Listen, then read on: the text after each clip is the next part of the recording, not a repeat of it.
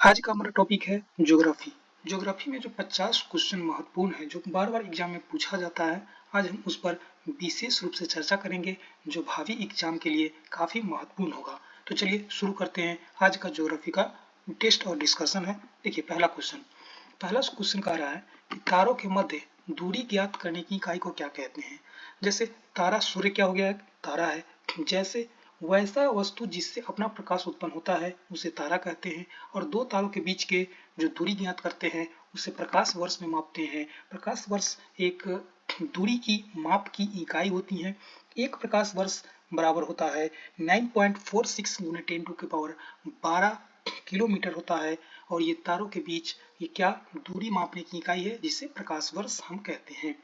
चलिए next question देखिए, कह रहा है कि यह किसने प्रतिपादित किया था कि सूर्य हमारे सौर मंडल का केंद्र है और पृथ्वी उसकी परिक्रमा करती है। तो ये सबसे पहले बताया था कोपरनिकस के द्वारा। इस प्रकार के प्रतिपादन किया गया था कि सूर्य है वो सौर मंडल का केंद्र है और पृथ्वी उसकी परिक्रमा करती है। लेकिन इससे पहले लोग क्या जानते थे कि पृथ्वी स्थिर है और सूर्य ही परिक्रमा करता है, जिसकी ये गलत अवधारणा साबित कौन किया था कोपरनिकस पहली बार बताए थे कि सौर मंडल के केंद्र में सूर्य है और पृथ्वी है वो परिक्रमा कर रहा है। तो इस प्रकार से इस क्वेश्चन का आंसर हो जाएगा डी नंबर। चलिए नेक्स्ट क्वेश्चन देखिए, कह रहा है कि मौसम बदलने का क्या कारण है। मौसम बदलने का क्या कारण है। तो मौसम बदलने का क्या कारण हो सकता है। तो ये कारण है पृथ्वी का सूर्य के चारों ओर चक्कर लगाना, वो अपने अक्ष पर झुका होना।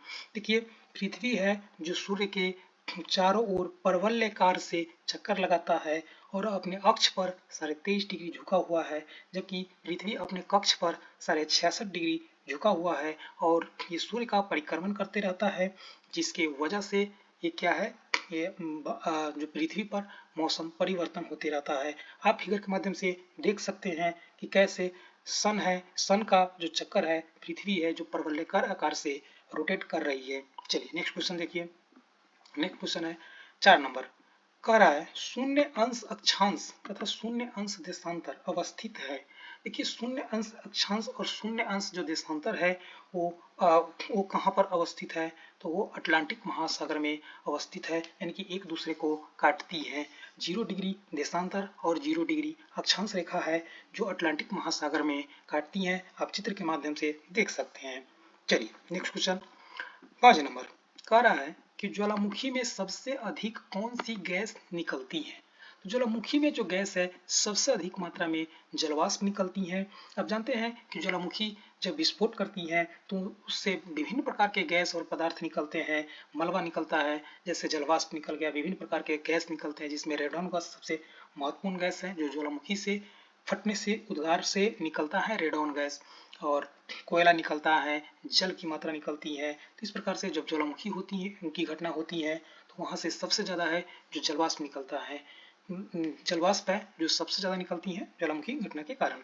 चलिए नेक्स्ट क्वेश्चन देखिए 6 नंबर, कह रहा है कि पृथ्वी के धरातल के ऊपर की वायुमंडल के विभिन्न स्तर का सही अनुक्रम क्या है।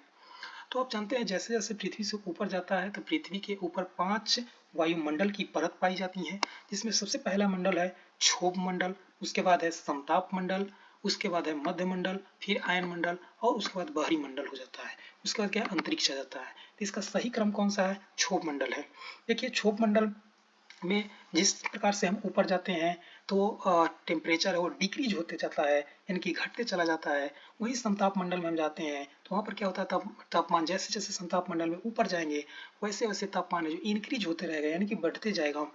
और ठीक उसी प्रकार से मध्य मंडल में जैसे जाते हैं, जैसे जैसे मध्य मंडल में ऊपर जाता है टेम्परेचर क्या डिक्रीज करने लगता है, यानी कि टेम्परेचर घटने लगता है। वही आयन मंडल में जब हम प्रवेश करते हैं और आयन मंडल में जैसे जैसे ऊपर जाते हैं तो वहाँ पर क्या है, टेम्परेचर इंक्रीज करने लगता है, यानी कि बढ़ने लगता है। और जब हम बहरी मंडल में चले जाते हैं तो वहाँ पर क्या है, टेम्परेचर इंक्रीज ही करने लगता है। तो इसका एक ट्रिक है दीदी आई, DIDI। तो दीदी आई एक ट्रिक है। इस प्रकार से आप इसका चित्र में देख सकते हैं कि ये ट्रिक के आधार पर आप किस प्रकार से टेम्परेचर किस जोन में घटता है किस जोन में बढ़ता है, इसका आप एक ट्रिक के आधार पर इसे याद रखेंगे तो एग्जाम हॉल में कन्फ्यूजन नहीं होगा। चलिए नेक्स्ट क्वेश्चन पर देखते हैं। कह रहा है कि विश्व के 2 सबसे छोटे महाद्वीप कौन सा है। तो आप जानते हैं कि विश्व में 7 महाद्वीप है। इसमें 2 सबसे छोटा कौन सा हो जाएगा, तो ऑस्ट्रेलिया और यूरोप है जो 2 सबसे छोटा महाद्वीप है। वहीं सबसे बड़ा जो महाद्वीप है एशिया है, दूसरा स्थान पर आता है अफ्रीका, तीसरा नंबर पर आता है उत्तरी अमेरिका, चौथा नंबर पर है दक्षिणी अमेरिका, पांचवा नंबर पर है अंटार्कटिका, वहीं छठे स्थान पर है यूरोप और सबसे छोटा जो महाद्वीप है वो ऑस्ट्रेलिया है, वो 7वें नंबर पर आता है। ठीक इस प्रकार से इस क्वेश्चन का आंसर हो जाएगा सी नंबर, जो ऑस्ट्रेलिया और यूरोप है जो सबसे छोटा महाद्वीप है। चलिए नेक्स्ट क्वेश्चन देखिए। नेक्स्ट क्वेश्चन है 8 नंबर कह रहा है कि 38वीं समानांतर सीमा रेखा निम्नलिखित में किन 2 देशों के बीच विभाजित करती है। जो 38वीं समानांतर रेखा है जो उत्तरी कोरिया एवं दक्षिणी कोरिया के बीच जो विभाजन का काम करती है 38वीं समानांतर रेखा। और देखिए वहीं पोलैंड और जर्मनी के बीच में, पोलैंड और जर्मनी के बीच में है जो पोलैंड और जर्मनी के बीच में जो विभाजन का काम करती हैं वो हिडेनबर्ग नाम का रेखा है जो जर्मनी और पोलैंड को विभाजित करती हैं। वहीं अफगानिस्तान और पाकिस्तान का जो विभाजन का काम करती है वो डुरंड रेखा है। चलिए नेक्स्ट क्वेश्चन 9 नंबर। दुनिया में सबसे बड़ा ग्रीनलैंड के बाद द्वीप कौन है। तो देखिए सबसे बड़ा जो द्वीप है वो ग्रीनलैंड है। वहीं दूसरे स्थान पर जो सबसे बड़ा है वो न्यू गिनी है।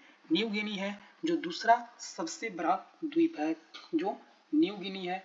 वहीं तीसरा नंबर पर आता है बोर्नियो द्वीप, वहीं चौथे नंबर पर आता है मालागासी द्वीप है जो चौथे नंबर पर आता है। तो दूसरा सबसे बड़ा द्वीप कौन सा है, न्यू गिनी है।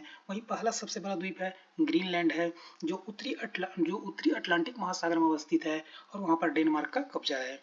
चलिए 10 नंबर क्वेश्चन देखिए। कह रहा है कि अग्लुहास धारा चलती है। देखिए मोजाम्बिक धारा और मेडागास्कर धारा जब मिलती है तो अग्लुहास धारा का निर्माण होता है और ये धारा हिंद महासागर में प्रवाहित होती हैं। तो आप जानते हैं कि समुद्र में 2 प्रकार की धारा चलती हैं, गर्म जल धारा और ठंडी जल धारा। देखिए जब विषुवत रेखा से उत्पन्न होती हैं और ध्रुव की ओर चलती हैं तो उसे गर्म जल धारा कहते हैं, और जो ध्रुव से विषुवत रेखा की ओर जाती हैं तो उसे ठंडी जल धारा कहते हैं। तो पृथ्वी पर 2 प्रकार की जलधारा है, ठंड जलधारा और गर्म जलधारा। उसी में से है अग्लुहास जलधारा है जो हिंद महासागर में चलती है। चलिए नेक्स्ट क्वेश्चन देखिए 11 नंबर। महासागर में ज्वार भाटा की उत्पत्ति का कारण क्या है। तो देखिए ज्वार भाटा की उत्पत्ति का कारण क्या है, ये जो उत्पत्ति का कारण होता है गुरुत्वाकर्षण, पृथ्वी की घूर्णन गति का अपकेंद्रीय बल के कारण ज्वार भाटा का उत्पन्न होता है। ज्वार का सिंपल सा अर्थ होता है जब समुद्र का जल ऊपर की उठता है, ऊपर की ओर उठ जाता है तो उसे हम ज्वार कहते हैं, और वही जल जब नीचे की ओर प्रवाहित होती है तो उसे भाटा कहता है। ये 24 घंटा में इस परिघटना की 2 बार घटना देखने को मिलता है। 2 बार जल ऊपर आती है और 2 बार जल नीचे आती है, इसे ज्वार भाटा कहता है। और इसका कारण होता है गुरुत्वाकर्षण, पृथ्वी की घूर्णन गति तथा अपकेंद्रीय बल के कारण ये ज्वार भाटा उत्पन्न होते रहता है। चलिए नेक्स्ट क्वेश्चन देखिए। विश्व की सबसे बड़ी प्रवाल भित्ति रीफ निम्नलिखित में किस एक तट के निकट पाई जाती है। तो देखिए प्रवाल भित्ति क्या है, तो एक जुजैंथलू प्रकार के जो एक जीवित प्राणी है उसी के वंश का एक सजीव प्रवाल भित्ति है जो समुद्र में रहता है, और ये ऑस्ट्रेलिया के पूर्वी तट पर इसकी सबसे बड़ी विकास हुआ है, क्योंकि वो क्षेत्र है जो प्रवाल भित्ति के विकास के लिए काफी अनुकूल क्षेत्र होता है। देखिए वैसा क्षेत्र जहाँ पर ज्यादा गहराई नहीं हो, समुद्री जल स्वच्छ हो, प्रकाश सूर्य की जो प्रकाश है वो निरंतर वहां पर पड़ते रहता है, वैसे क्षेत्र में प्रवाल भित्ति का विकास होता है। और ऑस्ट्रेलिया के जो पूर्वी क्षेत्र है, पूर्वी तट है, वहां पर इस प्रकार की अनुकूल परिस्थिति पाई जाती है जिसके वजह से वहां पर प्रवाल भित्ति काफी विकास हुआ है। इस क्षेत्र को महान प्रवाल भित्ति क्षेत्र भी कहा जाता है और ये ऑस्ट्रेलिया के पूर्वी तट पर स्थित है। तो इस प्रकार से 12 नंबर का क्वेश्चन का आंसर हो जाएगा ए नंबर। चलिए 13 नंबर क्वेश्चन कह रहा है कि रोबस्टा प्रकार का या की जो अफ्रीका में उत्पन्न होती हैं। तो रोबस्टा क्या है, तो रोबस्टा एक फसल का नाम है जिस फसल को कहते हैं कॉफी है जिसी को रोबस्टा कहा जाता है। चलिए नेक्स्ट क्वेश्चन। विश्व में सबसे अधिक कोयला उत्पादन करने वाला देश कौन सा है। तो विश्व में अभी सबसे ज्यादा कोयला का उत्पादन है जो चाइना के द्वारा किया जा रहा है। चलिए क्वेश्चन देखिए अगला। बरमुडा त्रिभुज अवस्थित है। तो बरमुडा ट्रायंगल कहाँ अवस्थित है, तो आप जानते हैं कि उत्तरी अटलांटिक महासागर के पश्चिमी तट पर, यानी कि जो अमेरिका जिस क्षेत्र से है उसी क्षेत्र के तट पर जहाँ पर मैक्सिको की खाड़ी है वहां पर बरमूडा ट्रायंगल है और बरमूडा ट्रायंगल की रहस्यमय जानकारी अभी तक ठीक से नहीं जानकारी प्राप्त किया जा सकता है। तो ये कहाँ हो जाएगा, ये हो जाएगा पश्चिमी उत्तरी अटलांटिक महासागर के तट पर हो जाएगा बरमूडा ट्रायंगल। चलिए नेक्स्ट क्वेश्चन देखिए। नेक्स्ट क्वेश्चन है कि भारत का विस्तार है। देखिए भारत कहां से कहां तक विस्तृत है। तो आप जानते हैं कि ग्लोब पर भारत की स्थिति क्या है, उसके बारे में जानकारी पूछा जा रहा है।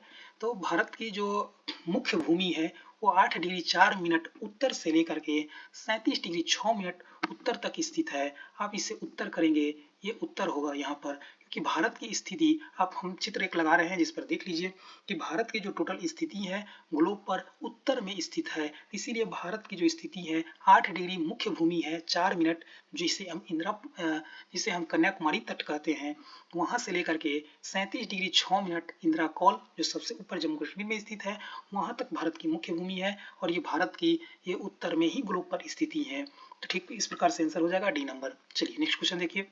भारत का सुदूर में इंदिरा पॉइंट निम्नलिखित में कहाँ स्थित है। तो देखिए भारत में जो सुदूर इंदिरा पॉइंट है इसी को पिग्मेलियन पॉइंट कहा जाता है। ये कार निकोबार द्वीप है वहां पर स्थित है। और भारत की जो सीमा है 8 डिग्री 4 मिनट मुख्य भूमि से है। और सबसे जो भारत का भी क्षेत्राधिकार में आता है वो इंदिरा पॉइंट है, वहाँ 6 डिग्री 4 मिनट वहां से लेकर के 37 डिग्री 6 मिनट उत्तरी भारत का भी क्षेत्राधिकार है। तो इस प्रकार से इस क्वेश्चन का आंसर हो जाएगा कार निकोबार द्वीप है। कार निकोबार द्वीप है जो अंडमान निकोबार का सबसे दक्षिणी पॉइंट है, कार निकोबार द्वीप, और यहीं पर इंदिरा पॉइंट है जो भारत के सबसे दक्षिणतम बिंदु भी है। चलिए नेक्स्ट क्वेश्चन देखिए 18 नंबर। भारत में निम्नलिखित राज्यों के समूह में कौन सा समूह पाकिस्तान से सीमा बनाता है। तो पाकिस्तान से सीमा है जो कौन कौन सा बनाता है, देखिए पंजाब, जम्मू कश्मीर, राजस्थान व गुजरात। तो ये बी ऑप्शन इसका होगा। भारत और पाकिस्तान के बीच में सीमा कौन कौन सा राज्य साझा करता है, तो हो जाएगा पंजाब, जम्मू कश्मीर, राजस्थान तथा गुजरात है। ये पाकिस्तान के साथ इसका बॉर्डर लगता है ये राज्य का, जिसमें जम्मू कश्मीर क्या है एक यूटी है। 2019 में इसे केंद्र शासित प्रदेश के रूप में बना दिया गया है। जब से ये केंद्र शासित प्रदेश के रूप में बना है तब लद्दाख से पाकिस्तान का सीमा नहीं लगता है। पहले लद्दाख से भी लगता था क्योंकि जम्मू कश्मीर और लद्दाख एक राज्य था, लेकिन 2019 के बाद उसकी स्थिति चेंज कर दी गई है और केवल अब जम्मू कश्मीर का ही सीमा पाकिस्तान से लगता है और लद्दाख का सीमा पाकिस्तान से अब नहीं लगता है। भारत और चीन की उत्तर पूर्वी सीमा का सीमांकन कौन सी रेखा करती है। उत्तर पूर्व हम बोले तो जिससे हमारा जो नॉर्थ ईस्ट स्टेट है वहां से चीन का कौन सा रेखा लगता है, तो ये लगता है मैकमोहन रेखा। मैकमोहन रेखा है जो भारत और चाइना के बीच में बॉर्डर साझा करता है और ये रेखा का निर्धारण 1914 में इस रेखा का निर्धारण किया गया था। इस रेखा का निर्धारण है जो 1914 में भारत और पाकिस्तान के बीच में किया गया है। वहीं डुरंड रेखा आप देख रहे हैं तो डुरंड रेखा है जो एक समय भारत और अफगानिस्तान के बीच में खींचा गया था, लेकिन पाकिस्तान के अलग हो जाने के कारण यह रेखा अब पाकिस्तान और अफगानिस्तान के बीच में डुरंड रेखा अब साझा किया जाता है। वहीं रेड क्लिप रेखा है जो भारत और पाकिस्तान के बीच में, जो आप गुजरात का क्षेत्र देखते हैं वहीं पर रेड क्लिप रेखा का निर्माण किया गया था जिससे भारत और पाकिस्तान का विभाजन होता है। चलिए 20 नंबर क्वेश्चन है कि भारत में कितने प्राकृतिक प्रदेश में विभाजित है। तो भारत को 6 प्राकृतिक प्रदेश में विभाजित किया गया है। नेक्स्ट क्वेश्चन देखिए। नेक्स्ट क्वेश्चन कह रहा है कि हिमालय का पर्वतपदीय प्रदेश है। तो देखिए हिमालय का जो पर्वतपदीय प्रदेश है यानी कि हिमालय का जो सबसे निचला क्षेत्र है उसे हम क्या कहते हैं, तो हिमालय का जो सबसे निचला क्षेत्र है उसे हम शिवालिक कहते हैं। उसे क्या कहते हैं, उसे शिवालिक कहते हैं। ऑप्शन इसका बी हो जाएगा। जो हम इमेज लगा रहे हैं, देखिए आप एक चित्र लगा रहे हैं उसमें ट्रांस हिमालय है, महान हिमालय है, लघु हिमालय है और शिवालिक हिमालय है। तो सबसे नीचे वाला जो क्षेत्र होता है जिसे पर्वतपदीय यानी कि पर्वत के पैर के रूप में जाना जाता है उसे शिवालिक हम कहते हैं, क्योंकि जो हिमालय का सबसे निचला क्षेत्र है उसे शिवालिक कहते हैं। चलिए 22 नंबर क्वेश्चन। लघु हिमालय की स्थिति है किसके किसके मध्य में। ये चित्र के माध्यम से आप देख सकते हैं कि महान हिमालय और शिवालिक के बीच में लघु हिमालय है। ये इस प्रकार से इसका आंसर हो जाएगा शिवालिक और महान हिमालय, बी आंसर हो जाएगा। चलिए 23 नंबर क्वेश्चन देखिए। जहां पूर्वी घाट और पश्चिमी घाट मिलते हैं वहां निम्नलिखित में कौन सी पहाड़ियां अवस्थित हैं। तो पूर्वी घाट और पश्चिमी घाट जहां पर मिलती हैं उस पहाड़िया को हम नीलगिरी पहाड़ी के नाम से जानते हैं। और नीलगिरी पहाड़ी है जो कर्नाटक, केरल और तमिलनाडु के त्रिकोणीय जिसे ट्राई जंक्शन कहते हैं वहीं पर अवस्थित है और ये दक्षिण भारत की दूसरी सबसे ऊंची चोटी यहीं पर स्थित है। चलिए नेक्स्ट क्वेश्चन देखिए 24 नंबर। कार्डेमम पहाड़ी किन राज्यों की सीमा पर स्थित है? कार्डेमम पहाड़ी को ही इलायची की पहाड़ी कहते हैं और ये दक्षिण भारत की सबसे दक्षिणी पर्वत चोटी है और ये केरल और तमिलनाडु के राज्य के बीच ये दोनों राज्य के बॉर्डर पर ये जो पहाड़ी है पाई जाती है। चलिए नेक्स्ट क्वेश्चन 25 नंबर। नेपाल में माउंट एवरेस्ट को क्या नाम दिया जाता है? तो नेपाल में माउंट एवरेस्ट को सागरमाथा कहते हैं। वहीं चोमोलुंगमा है जो कहाँ कहा जाता था? तिब्बत में चोमोलुंगमा कहा जाता है एवरेस्ट को तिब्बत में चोमोलुंगमा कहा जाता है। वहीं सागरमाथा कहाँ कहा जाता है? तो नेपाल में माउंट एवरेस्ट को सागरमाथा कहा जाता है। और माउंट एवरेस्ट आप जानते हैं कि दुनिया की सबसे ऊंची चोटी है जिसकी ऊंचाई है 8850 मीटर इसकी ऊंचाई है। आइए 26 नंबर क्वेश्चन। पाल घाट निम्नलिखित में किसके मध्य स्थित है? देखिए पाल घाट किसके किसके मध्य स्थित है, इस प्रकार का क्वेश्चन है। पाल घाट किसके किसके मध्य स्थित है? ये क्वेश्चन इसका आंसर हो जाएगा नीलगिरी और अन्नामलाई के बीच में पाल घाट है जो इसका डिवीजन किया जाता है। आप जानते हैं कि 3 दर्रा है, ऐसे मुख्य रूप से तो कई सारे दर्रा है लेकिन 3 दर्रा हमें जानकारी मिलती है। जैसे सबसे नीचे है जो पाल घाट है, उसके बाद भोर घाट है, उसके बाद थार घाट है। तो सबसे उत्तर में कौन सा है? सबसे उत्तर में है जो थाल घाट है, बीच में है भोर घाट और सबसे नीचे है पाल घाट। और पाल घाट के भी नीचे में कार्डेमम दर्रा का जानकारी मिलता है। देखिए थाल घाट है, जो थाल घाट है कहाँ पड़ता है? महाराष्ट्र में पड़ता है और ये मुंबई और नागपुर के बीच को जोड़ता है। वहीं भोर घाट है, ये भी महाराष्ट्र में पड़ता है और ये मुंबई और पुणे के बीच जोड़ता है, रास्ता मतलब उपलब्ध करवाता है। वहीं पाल घाट है कर्नाटक और तमिलनाडु के बीच जोड़ता है और पाल घाट केरल में स्थित है।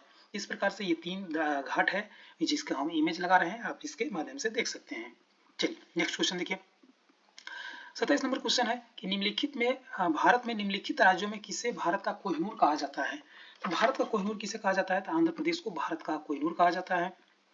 ये एक उपमा दिया गया है, एक सांकेतिक नाम दिया गया है कि आंध्र प्रदेश को हम कोहिनूर का कहेंगे भारत का।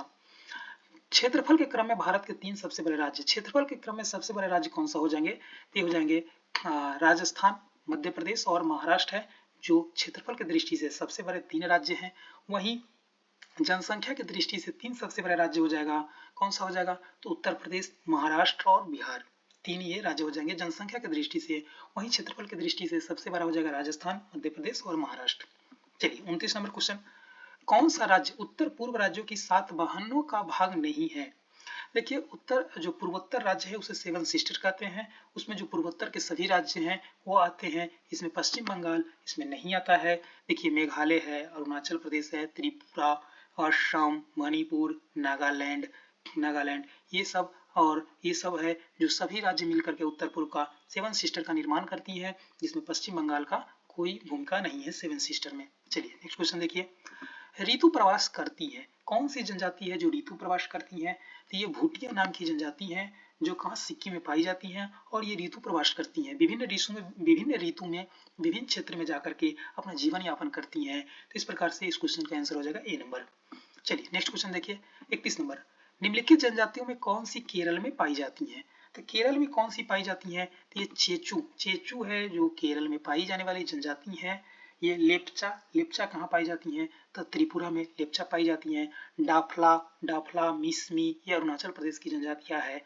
वहीं डाफर है जो गुजरात की जनजाति है। आप याद रखेंगे डाफला मिसमी ये सब कहाँ अरुणाचल प्रदेश की है। वहीं डाफर है जो गुजरात की जनजातियां है। चेचू है जो कहाँ केरल में पाई जाती हैं। लेप्चा है सिक्किम और त्रिपुरा दोनों जगह पाई जाती हैं। चलिए नेक्स्ट क्वेश्चन देखिए 32 नंबर। सहारिया जनजाति कहाँ निवास करते हैं? सहारिया जनजाति वो कहाँ निवास करते हैं? तो सहारिया जनजाति है जो राजस्थान में निवास करती है। आप जानते हैं यहाँ के जो मीन राजस्थान में और कौन सी जनजाति है? तो मीना जनजाति कहाँ की है? तो राजस्थान की है। सहारिया कहाँ की है? तो राजस्थान की है। तो इस प्रकार से कुछ जनजातियां हैं जिससे इंपोर्टेंट है, उसे आप याद रखेंगे। उस नदी का नाम बताइए जो केदारनाथ में रुद्रप्रयाग के मध्य बहती है। तो ये कौन सी नदी है? ये मंदाकिनी है। यहाँ पर कई सारे नदी का उद्गम होती है और विभिन्न नदी है जो सभी मिलकर के लास्ट में सभी नदी है जो मिलकर के गंगा का निर्माण करती है। इसमें प्रमुख है जो अलकनंदा और भागीरथी है जो दोनों का संगम मिलकर के देवप्रयाग में वहां से गंगा का निर्माण होता है। चलिए नेक्स्ट क्वेश्चन 34 नंबर। निम्नलिखित नदियों में कौन सा एक यमुना की सहायक नदी नहीं है? पूछ रहा है कि कौन सा इस नदी है जिसमें गंगा यमुना की सहायक नहीं है। तो बेतवा तो है, चंबल भी है, केन भी है। इसमें आंसर कौन? डी है रामगंगा। तो रामगंगा किसकी सहायक नदी है? तो ये गंगा की सहायक नदी है, न कि यमुना की सहायक नदी है। तो इसका आंसर हो जाएगा टी नंबर। निम्नलिखित में कौन सी गंगा की सहायक नदी उत्तर वाहिनी नदी है? उत्तर की ओर कौन सी प्रवाहित होती है? तो आप देख रहे हैं कोशी, घाघरा और गंडक, ये तीनों क्या है? दक्षिण की ओर प्रवाहित होती हैं। सोन नदी है जो अमरकंटक पहाड़ी से निकल करके उत्तर की ओर प्रवाहित होती है और बिहार में ये गंगा में ये अपना जल है जो प्रवाहित कर देती है, मिल जाती है। चलिए नेक्स्ट क्वेश्चन देखिए। नेक्स्ट क्वेश्चन है कि निम्न पश्चिम वाहिनी नदियों में कौन दो पर्वत श्रेणी के बीच बहती है? तो देखिए ये नदी है, दो पर्वत के बीच बहती है। ये कौन सा है? नर्मदा नदी है। नर्मदा नदी है जो उत्तर में विंध्याचल पर्वत और दक्षिण में सतपुरा पर्वत के बीच में नर्मदा नदी है जो अपना जल मार्ग, अपना रास्ता बनाई हुई है। इसलिए इसे भ्रंश नदी घाटी भी कहा जाता है। वहीं उत्तर में विंध्याचल पर्वत है और दक्षिण में सतपुरा पर्वत है जिसके बीच नर्मदा नदी है प्रवाहित होती है।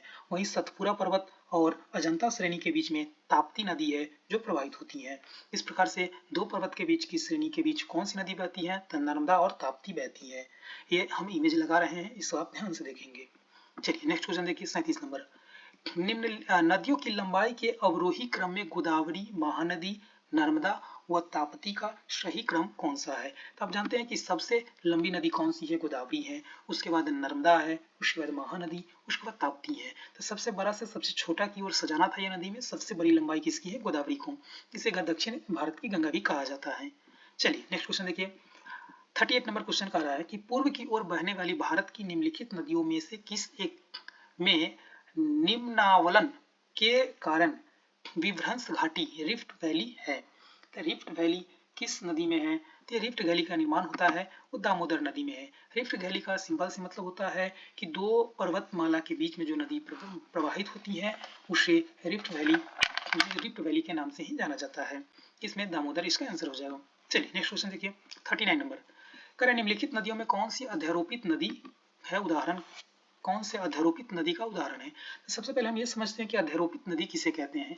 देखिए जब नदी जब प्रवाहित होती है किसी भी पर्वतीय क्षेत्र से या पर्वतीय मैदान क्षेत्र से प्रवाहित होती है तो प्रारंभ में क्या है? ऊपरी परत को उखाड़ना शुरू करती है, जो नरम जो पर्वत होते हैं उसे तोड़ना शुरू करती हैं और समय के अनुसार क्या है, जो नीचे के जो कठोर पर्वत श्रेणी होते हैं उसको भी तोड़ती चली जाती है और अपने मार्ग को परिवर्तित नहीं करती हैं, उसे अध्यारोपित नदी कहते हैं। और अध्यारोपित नदी का जो सबसे अच्छा उदाहरण है वो चंबल का है। चंबल, स्वर्ण रेखा और बनास नदी है, ये सब किसका? अध्यारोपित नदी का उदाहरण है। चलिए भारत के किस जलप्रपात को लोकप्रिय रूप से न्याग्र जलप्रपात के रूप में भी जाना जाता है? तो न्याग्र जलप्रपात के रूप में किसे जाना जाता है? तो चित्रकूट जलप्रपात को न्याग्र जलप्रपात के रूप में जानते हैं। सबसे पहले जानिए कि न्याग्र जलप्रपात कहाँ है। तो न्याग्र जलप्रपात यूएसए में एक जलप्रपात है जो काफी सुंदर है, जिसके वजह से भारत में इन जो चित्रकूट जो जलप्रपात है उसको न्याग्र जलप्रपात की उपमा दिया जाता है, एक संज्ञा दिया जाता है कि उसी तरह यह दिखता है। ये चित्रकूट जो जलप्रपात है वो छत्तीसगढ़ में है और इंद्रावती नदी पर ये इसका निर्माण होता है। चलिए नेक्स्ट क्वेश्चन देखिए। नेक्स्ट क्वेश्चन है कि निम्नलिखित में कौन सा एक लैगून नहीं है? देखिए लैगून झील नहीं है।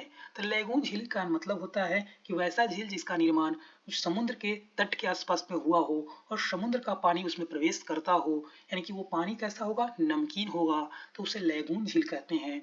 इसमें देखिए अष्टमुडी झील ये केरल में है, ये क्या है? लैगून झील है। चिल्का झील उड़ीसा में है, ये भी एक लैगून झील है। पेरियार झील है जिसका पानी है जो मीठा है, इसलिए ये लैगून झील का निर्माण नहीं हो सकता है, उदाहरण नहीं हो सकता है। और ये पेरियार झील केरल में है। पुलिकट झील है जो आंध्र प्रदेश और तमिलनाडु की सीमा के आसपास में है। तो लैगून झील सबसे पहला उदाहरण क्या होना चाहिए इसका? लैगून झील का निर्माण वहीं होगा जहां पर समुद्र का आसपास का क्षेत्र हो और समुद्री पानी प्रवेश करता हो, अर्थात लैगून झील का पानी नमकीन झील होगा, वो खारापन होगा पानी। इस प्रकार से सी है जो लैगून झील नहीं है। देखिए 42 नंबर क्वेश्चन है कि चिल्का झील स्थित है। अभी हम जिक्र कर रहे थे कि चिल्का झील कहाँ है? उड़ीसा में है। और किस प्रकार की झील है? तो एक लैगून झील है। चिल्का झील है जो एक लैगून झील है। और भारत के रामसर साइट में यानी कि शामिल होने वाला पहला झील था जो यही था। चलिए नेक्स्ट क्वेश्चन आइए 43 नंबर क्वेश्चन कह रहा है कि लेटेराइट मिट्टी का प्रधान है। तो लेटेराइट मिट्टी का विकास उस क्षेत्र में होगा जहां पर वर्षा अधिक होती है और सूर्य का प्रकाश अधिक पड़ता है, उस क्षेत्र में लेटेराइट मिट्टी का निर्माण होता है। ये कौन सा क्षेत्र है? तो आप देख सकते हैं कि मलाबार का जो क्षेत्र है इसी प्रकार का क्षेत्र है। यहाँ पर वर्षा भी अधिक होता है और सूर्य तापांतर अधिक होता है, जिसके वजह से इस क्षेत्र में लेटेराइट मिट्टी का विकास हुआ है अत्यधिक मात्रा में। यहाँ पर देखिए मसाला की खेती इस प्रकार की मिट्टी में काफी की जाती है और ड्राई फ्रूट्स है जिस प्रकार से बादाम बादाम और जो पिस्ता वगैरह होता है इस क्षेत्र में अधिक इसका उत्पादन किया जाता है। चलिए नेक्स्ट क्वेश्चन देखिए, तेजाबी मिट्टी को कृषि योग्य बनाने हेतु निम्नलिखित में किसका उपयोग किया जाता है? तो कृषि योग्य बनाने के लिए तेजाबी जो मिट्टी होता है उसमें क्या मिलाया जाता है? तो लाइम जिसे चूना पत्थर कहा जाता है वो मिला करके कृषि योग्य भूमि बना दिया जाता है। जब मिट्टी है जो क्षारीय हो जाता है तो हम जिप्सम का मिलावट करते हैं। चलिए नेक्स्ट क्वेश्चन 45 नंबर, फसल चक्र आवश्यक है। देखिए फसल चक्र इसलिए आवश्यक होता है, फसल चक्र का मतलब होता है कि फसल की विविधता को रोटेशन के आधार पर रोपा जाए। मान लीजिए अभी चावल रोप दिया जाए तो फिर अगला बार दाल रोपा जाए, इस प्रकार से फिर गेहूं रोप दिया जाए, फिर सब्जी का उत्पादन कर दिया जाए। जब फसल का चक्रोत्सव होता रहता है इससे क्या होता है कि मृदा की उर्वरता शक्ति है जो बनी रहती है या वृद्धि होती रहती है, इसलिए फसल चक्र का आवश्यक उपयोग है जो किसान को करना चाहिए। या कुछ फसल के समय कुछ समय के लिए खेत को ऐसे ही छोड़ देना चाहिए जिससे क्या है मिट्टी अपनी उर्वरा शक्ति को पुनः बनाए रखी रहती है। चलिए नेक्स्ट क्वेश्चन 46 नंबर, भारत में निम्नलिखित में किस प्रकार का वन सर्वाधिक वृहद क्षेत्र में पाया जाता है? तो देखिए भारत में जो सबसे ज्यादा वन है जो उष्णकटिबंधीय आर्द्र पर्णपाती वन है जो भारत में सबसे अधिक इसका वृहद क्षेत्र में पाया जाता है। और इस क्षेत्र का कुछ उदाहरण है जैसे साल, सागवान और चंदन का वृक्ष है, शीशम का वृक्ष है, महुआ है, बांस है, आंवला है। ये उष्णकटिबंधीय आर्द्र पर्णपाती वन के अंतर्गत इसका समावेशन किया गया है और भारत में सबसे अधिक क्षेत्र पर इस प्रकार के जो वृक्ष है सबसे ज्यादा पाए जाते हैं। 47 नंबर क्वेश्चन, निम्नलिखित नदी परियोजनाओं में कौन सा व्यास नदी के पोंग बांध के जल का उपयोग करती है? तो पोंग बांध का सबसे ज्यादा उपयोग कौन सा करती है? तो इंदिरा गांधी जो नहर परियोजना है जो इसी के द्वारा इस बांध के जल का प्रयोग किया जाता है और इसे राजस्थान मध्य प्रदेश में सिंचाई किया जाता है। चलिए 48 नंबर क्वेश्चन देख लीजिए, कह रहा है कि सरदार सरोवर परियोजना से लाभान्वित होने वाला राज्य कौन सा है? तो सरदार सरोवर परियोजना से लाभान्वित होने वाला राज्य कौन सा है? तो ये कौन सा है? देखिए ये गुजरात है, महाराष्ट्र है, मध्य प्रदेश एवं राजस्थान है जिससे सरदार सरोवर परियोजना से लाभान्वित होता है और ये जो परियोजना है नर्मदा नदी पर निर्माण किया गया है। आइए 49 नंबर क्वेश्चन, गांधी सागर बांध निम्नलिखित में किस एक का भाग है? तो गांधी सागर है जो किसका भाग है? तो गांधी सागर जो परियोजना है वो चंबल नदी का है, चंबल परियोजना का एक भाग है। आइए 50 नंबर क्वेश्चन, कालपोंग जल विद्युत परियोजना अवस्थित है। कालपोंग जल विद्युत परियोजना स्थित है जो अंडमान निकोबार में है। ये जो परियोजना है कहाँ है? अंडमान निकोबार में है। कालपोंग जल विद्युत परियोजना है जो अंडमान निकोबार में है। तो इस प्रकार से आज हमारा ज्योग्राफी का ये सेशन था, 50 महत्वपूर्ण क्वेश्चन है जो आज हमारा समाप्त हुए। जय हिंद जय भारत। अगर अच्छा लगे तो लाइक कीजिए, सब्सक्राइब कीजिए और शेयर कीजिए, कमेंट कीजिए। जय हिंद जय भारत।